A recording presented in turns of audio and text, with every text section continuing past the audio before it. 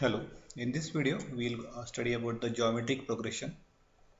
So for this session we have referred the N.K. Mehta book. So geometric progression, geometry in the geometric progression the ratio of the two successive spindle speed will be constant. So the law states that what are the two successive spindle speed, the ratio of the two successive spindle speed will be constant. So we'll see with the help of one numerical. The same numerical is the maximum speed is 445 rpm, minimum speed is 35 rpm, number of spindle speed will be 12, total number of spindle speed will be 12, and cutting speed is 20 meter per minute. So we have find out this one by taking the ratio of the two successive spindle speed will be constant. By using that we have find out the different speed steps, like n1 is 35, so n max upon n minimum. So by the ratio we can find out the two successive spindle speed. So with the help of that we can find out the different spindle speeds. The phi is coming as 1.26. Then at that speed, what is the diameter that can be machined is 181.89 rpm. So we can find out the what is the diameter of the part that can be machined at the different spindle speeds, and the range between the two diameters. So here also we are having the remarks like poor, it is poor in the low spindle speed range. But if you compare the diameter range, in this case, the from when you switch from the 35 rpm to 44 rpm, there is only 37.53 diameter gap is there, whereas at the higher rpm the gap between the two diameter is also increased. So when you compare that between the geometric progression and the two arithmetic progression and the harmonic progression, we know that at the low spindle speeds the diameter range is wide, hence there is a need to add the more speed steps between the calculated values, and the higher spindle speeds the diameter range is very narrow, and hence some of the speed steps are redundant.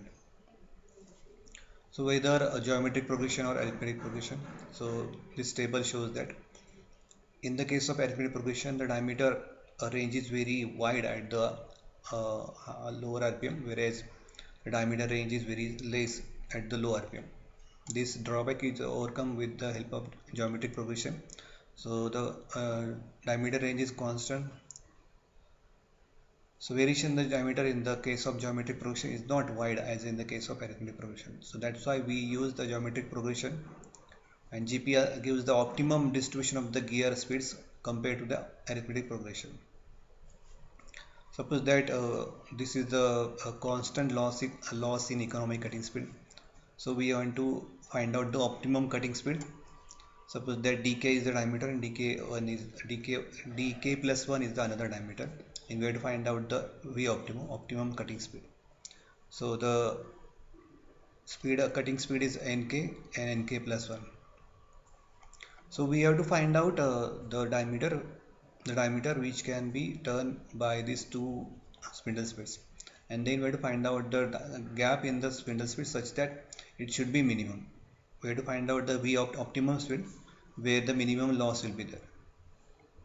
So Vk plus 1 is the economical cutting speed that can be find out with the pi d n raised to k upon 1000, and Vk plus 1 will be equal to pi d n k plus 1 upon 1000.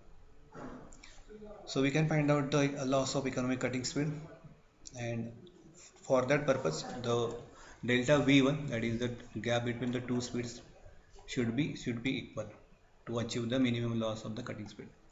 So for that purpose we can find out delta V max will be equal to pi d into nk plus 1 minus nk by 2 upon 1000, and also we can find out the optimum cutting speed will be equal to vk plus 1 by 2, and optimum speed will be equal to pi d n raised to k plus n k plus 1 by 2 upon 1000.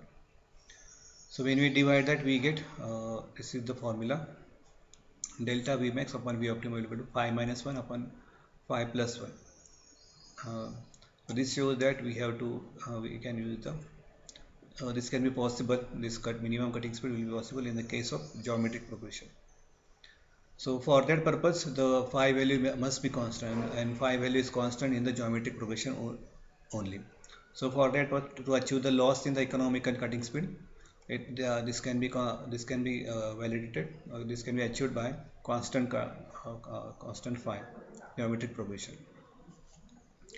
So this is the advantage of the geometric progression. We are getting the optimum distribution of gear speeds. We have the we get the constant loss of the economic cutting speed and better gearbox design.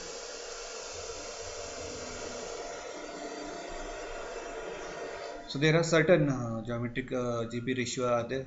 The values of the GP is lying between the 1 and 2 to compromise between the loss of the economic cutting speed and the compactness of the drive. So there are some standard values of the phi that can be taken with the help of preferred number of series. So one minimum value is 1.06, then 1.12, 1.26, 1.58. So why we are using the geometric progression? The compound gear train arrangement is used more for more than two parallel shafts, and it will reduce the number of gear pairs. So in this case, 1, 2, 3, 4, 5, 6, 7, 8, 9, 10. So 10 gears are there to get the 6 cylinders. Whereas in the case of the arithmetic progression, we require the 12 number of gear pairs, and the size is large. But from this layout, we can observe that the size is less when you use the geometric progression.